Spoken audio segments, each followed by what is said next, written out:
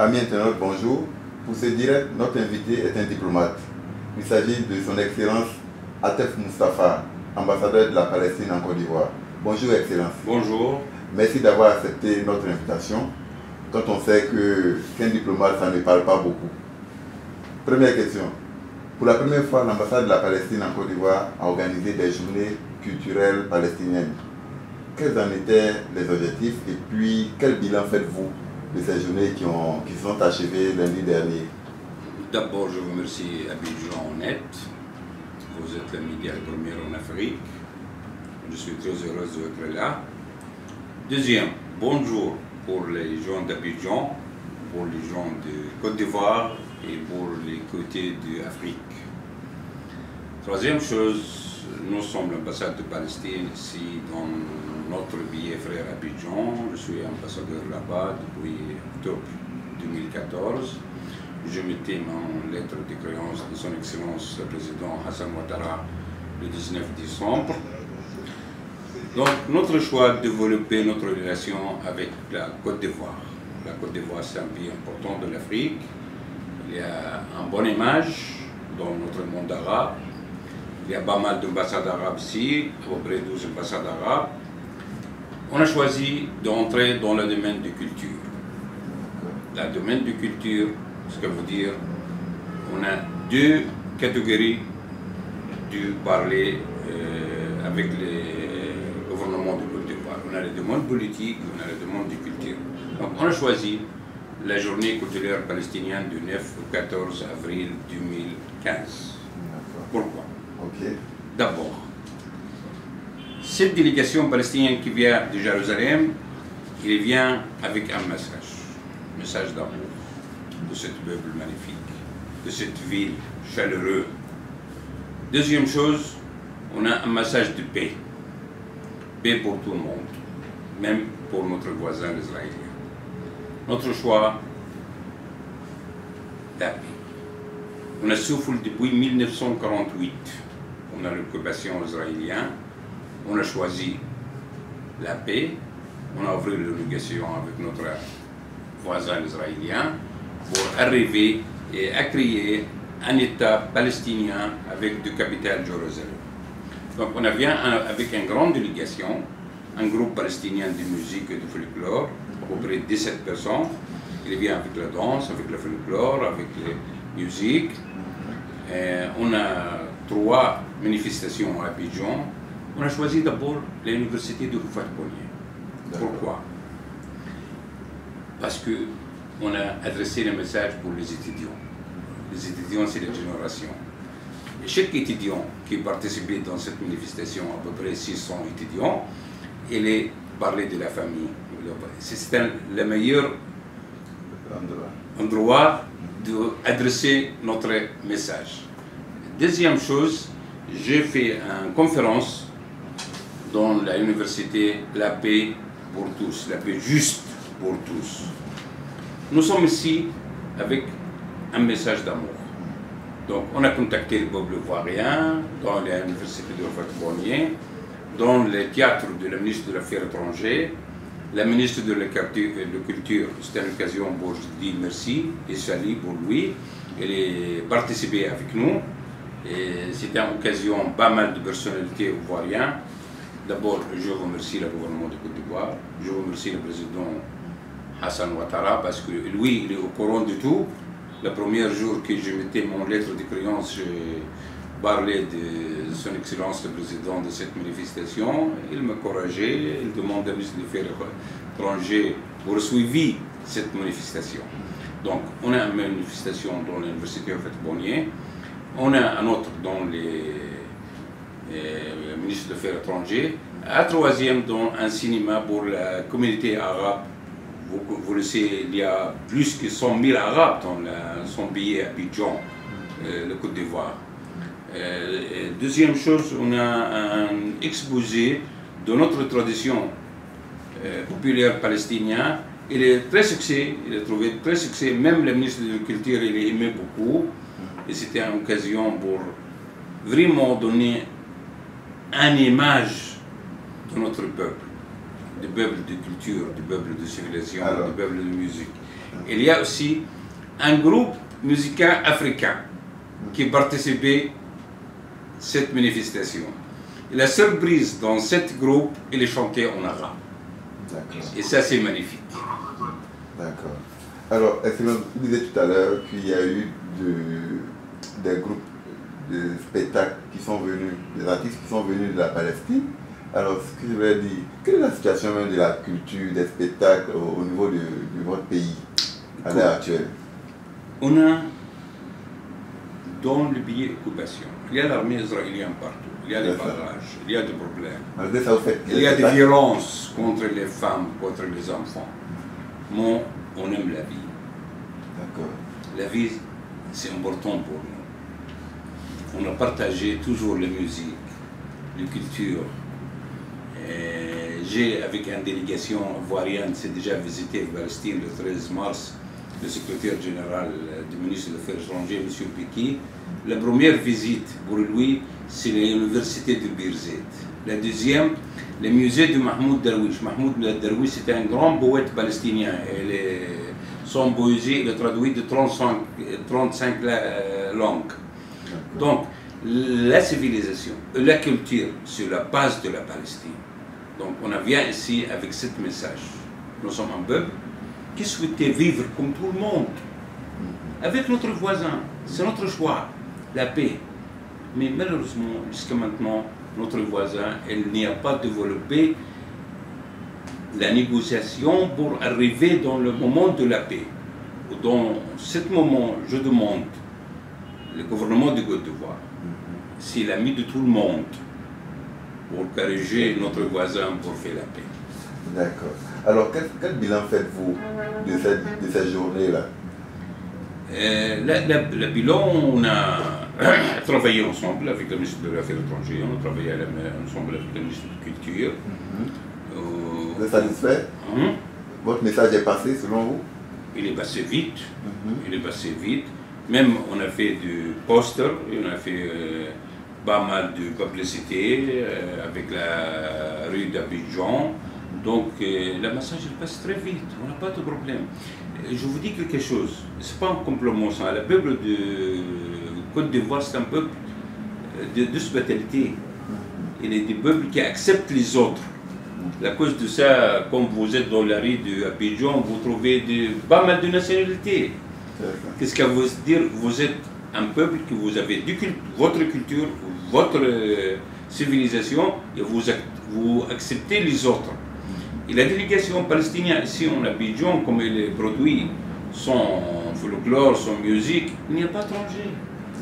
Parce que je vous dis quelque chose, l'Afrique et le monde arabe, on a la même histoire, la même langue, le même colonialisme, la même religion. Nous sommes des chrétiens, des musulmans. Donc, la base de la religion, c'est Jérusalem. À cause de ça, on a choisi un terme, la Jérusalem, dans le cœur de la Côte d'Ivoire. Pourquoi? On a choisi parce que Jérusalem, c'est un symbole de la paix, symbole de l'amour.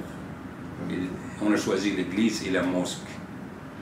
Et ça, c'est un message, ce n'est pas pour la Côte d'Ivoire seulement, pour tout le monde. Nous sommes un peuple qui souhaitait vivre comme tout le monde avec la paix. Vous êtes en Côte d'Ivoire il y a moins d'un an. Quel est votre sentiment sur le peuple de Côte d'Ivoire, sur Abidjan, la ville d'Abidjan? Quelle est votre impression? La ville d'Abidjan, c'est une ville magnifique d'abord. C'est une ville comme toutes les capitales. L'image que l'Afrique, l'ancienne image de l'Afrique, vraiment Abidjan donnait le contraire.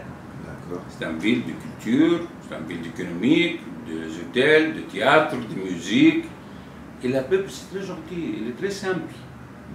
Il est très simple. La jeune d'Abidjan, d'abord, il est mélangé. Il accepte les autres. Il y a pas mal de Libanais ici. Vous allez dans n'importe quelle rue, il y a des restaurants, il y a des cafés de Français, de Vietnamiens, Indiens. Qu'est-ce qu'il y a à vous dire? C'est une ville internationale. Comme vous êtes en Abidjan, vous êtes un citoyen du monde. D'accord. C'est la vérité. Je ne parle pas comme diplomate. D'accord. Bon, il n'y a pas de... Il y a un seul problème en Abidjan, c'est l'embouteillage. Ah ouais, l'embouteillage, d'accord. Mais avec le troisième pont, notre président, Hassan Ouattara, le premier, le quatrième, le cinquième, En espérant dans 10 000 du vin, et on a trouvé une solution pour le bouteillage à Abidjan. Hein. D'accord. En attendant, alors, dans le cadre de la coopération entre l'État palestinien et puis la Côte d'Ivoire, en quoi cela se résume, les rapports? C'est basé sur quoi? D'abord, on a commencé notre relation pour organiser une visite de délégation du ministre des Affaires étrangères du gouvernement de la République de Côte d'Ivoire en Palestine. Il y a une délégation de 4 personnes, la chef de cette délégation c'est M. Piki, la secrétaire générale. Elle était en Palestine le 13 mars. Oh, récemment, ok. Elle est reçue par le président d'État, par le ministre des Affaires étrangères. On a une réunion technique donc pour développer notre relation, pour créer un comité politique entre les deux pays.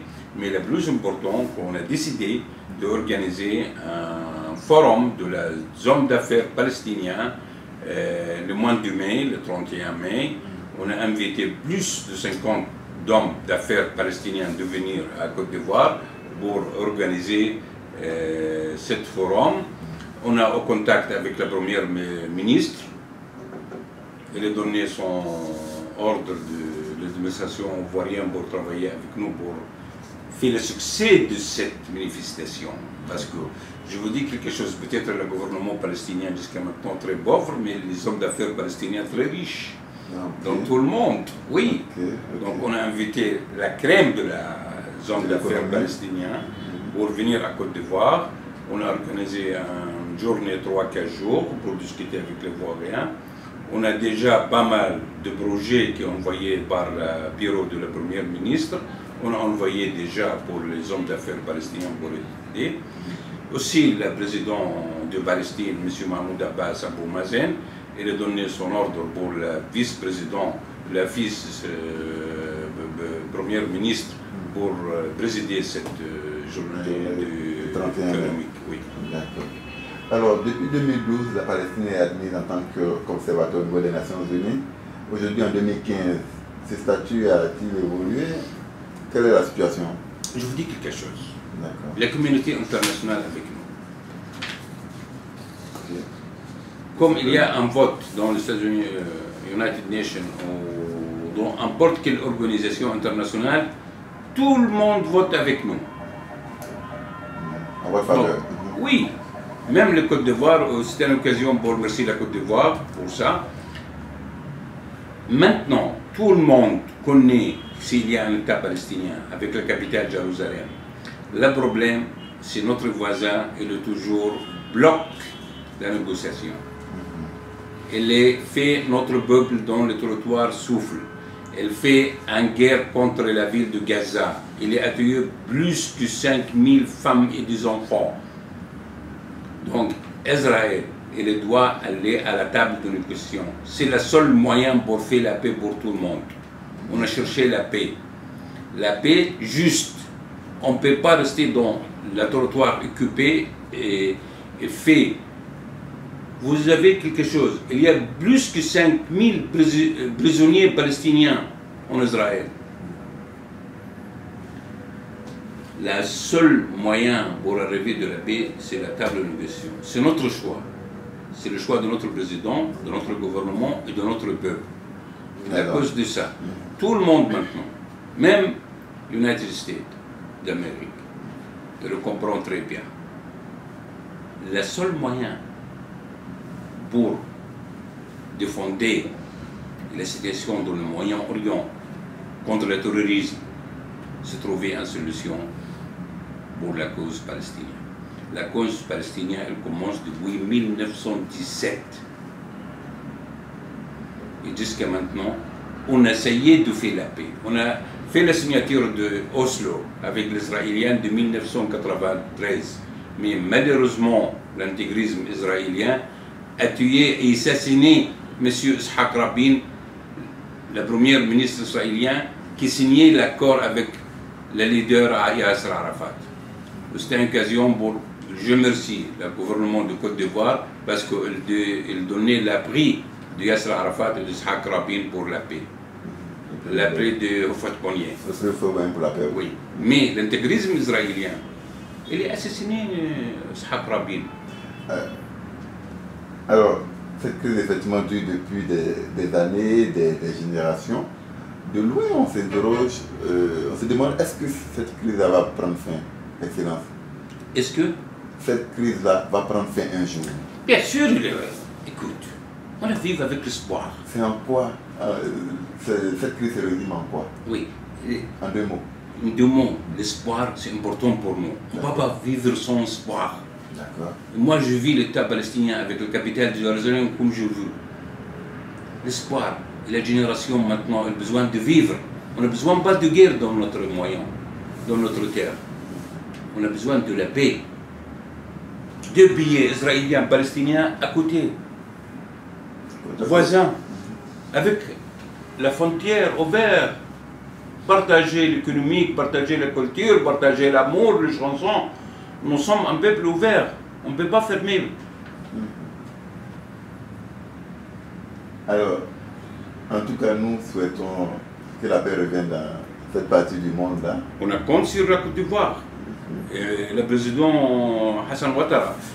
Aussi, je vous dis quelque chose, c'est le président Hassan Ouattara invité par notre président Mahmoud Abbas pour visiter Palestine. Je remercie son Excellence, il a accepté cette invitation. On a essayé avec l'administration ivoirienne d'organiser cette visite le plus vite possible. Éventuellement à quelle période? Et maintenant, on attend la visite du ministre des Affaires étrangères le mois de mai. Le mois de mai, on a décidé une visite officielle du ministre Charles Tipi. Et après, on a fixé la date de la visite du président Hassan Ouattara pour visiter Palestine. Alors, de façon globale, vos relations avec les autres États des Nations Unies ont-elles évolué depuis 2012, effectivement? Nous sommes maintenant membres de toute l'organisation internationale, même l'organisation de la crime internationale. CPI? Oui, nous sommes acceptés par toute l'organisation. Et maintenant, la diplomatie palestinienne est très forte. On a plus que 100 ambassades dans tout le monde. En Afrique, on a pas mal d'ambassades. On a à peu près 20 ambassades palestiniennes en Afrique. On a commencé ici à Côte d'Ivoire en 1978. C'est notre choix. Et cette année 2015, c'est l'année de l'Afrique. Donc on a souhaité qu'on a développé notre relation le plus vite possible, surtout avec la Côte d'Ivoire. Et je suis ici pour là. Pour développer notre relation le plus vite, économique, culture, tourisme.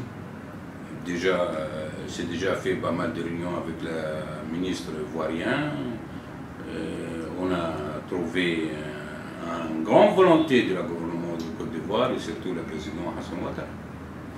Alors, Excellence, vous évoquiez tout à l'heure en perspective de la visite du président de la République en Côte d'Ivoire, un forum économique. Alors, qu'est-ce qui est prévu de façon générale au niveau de votre politique avec la Côte d'Ivoire? Écoute, Côte d'Ivoire, c'est un bon billet du docteur de l'Afrique. C'est notre choix, l'Afrique. On a la même histoire, comme je dis avant. Pour développer la relation, qu'est-ce que ça veut dire? On essayait de trouver dans la rue, dans le domaine de politique seulement. On a besoin aussi d'aider notre ami, l'Ivoirien, dans le domaine de santé, dans le métier d'habitants, dans l'éducation. Comme vous le savez, nous sommes les Palestiniens, on a un peuple très actif. L'alphabet, c'est nous, c'est zéro. Le minimum de l'éducation de Palestine, c'est l'université. On a 14 universités en Palestine. C'est déjà la délégation ivoirienne visiter une grande université à Birzeit.